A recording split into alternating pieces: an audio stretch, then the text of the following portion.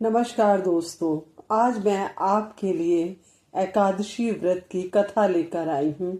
जया एकादशी।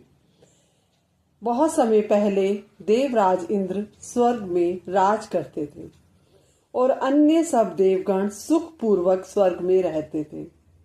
एक समय इंद्र अपनी इच्छा अनुसार नंदन वन में अप्सराओं के साथ विहार कर रहे थे और गंधर्व गान कर रहे थे।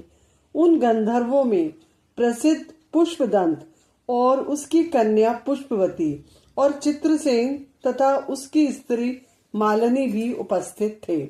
साथ ही मालिनी का पुत्र पुष्पवान और उसका पुत्र माल्यवान भी उपस्थित थे। पुष्पवती गंधर्व कन्या माल्यवान को देखकर उस पर मोहित हो गई और माल्यवान पर काम बाण चलाने लगी। उसने अपने रूप, लावण्य और हाव भाव से माल्यवान को वश में कर लिया। हे राजन, वह पुष्पवती अत्यंत सुंदर थी।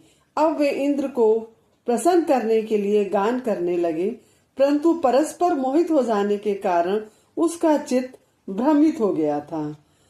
इनके ठीक प्रकार न गाने तथा स्वर ताल ठीक न होने से इंद्र इनके प्रेम को समझ गए और उन्होंने इसे अपना अपमान समझकर उनको श्राप दे दिया। इंद्र ने कहा, हे मूर्खों, तुमने मेरी आज्ञा का उल्लंघन किया है, इसलिए तुम्हें धिक्कार है। अब तुम दोनों स्त्री पुरुष के रूप में मृत्यु लोक में जाकर पिशाच रूप धारण करो और अपने कर्म का फल भोगो। इंद्र का ऐसा शाप सुनकर वे अत्यंत दुखी हुए और हिमालय पर्वत पर दुख पूर्वक अपना जीवन व्यतीत करने लगे। उन्हें गंध, रस तथा स्पर्श आदि का कुछ भी ज्ञान नहीं था। वहां उनको महान दुख मिल रहे थे। उन्हें एक क्षण के लिए भी निंद्रा नहीं आती थी। उस जगह अत्यंत शीत था। इससे उनके रोंगटे खड़े रहते और मारे शीत के दांत बजते रहते। एक दिन पिशाच ने अपनी स्त्री से कहा कि पिछले जन्म में हमने ऐसे कौन से पाप किए थे जिससे हमको यह दुखदाई पिशाच योनि प्राप्त हुई। उस पिशाच योनि से तो नरक के दुख सहना ही उत्तम है। अतः हमें अब किसी प्रकार का पाप नहीं करना चाहिए।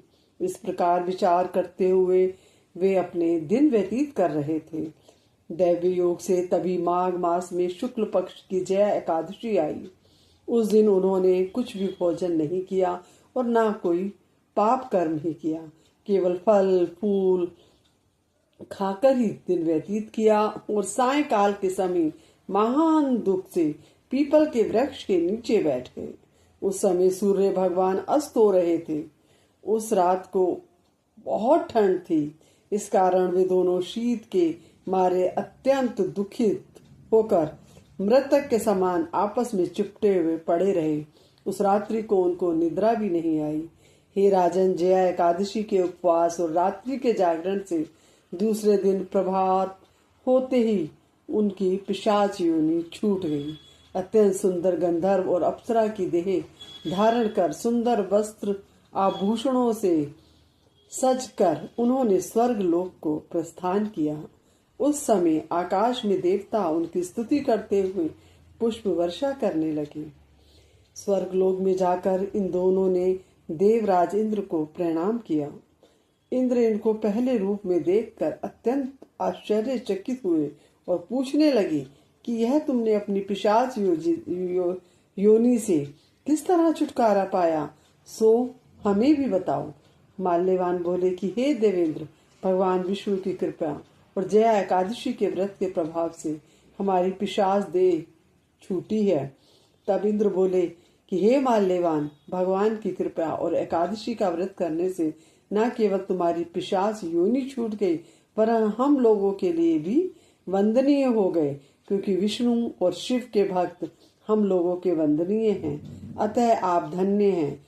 अब आप पुष्पवती के साथ जाकर विहार करो। श्री कृष्ण कहने लगे कि हे राजा युधिष्ठिर, इस जया एकादशी के व्रत से बुरी योनि छूट जाती है। जिस मनुष्य ने इस एकादशी का व्रत किया है उसने मानो सब यज्ञ जप दान आदि कर लिए। जो मनुष्य जया एकादशी का व्रत करते हैं वे अवश्य ही 1000 वर्ष तक स्वर्ग में वास करते हैं।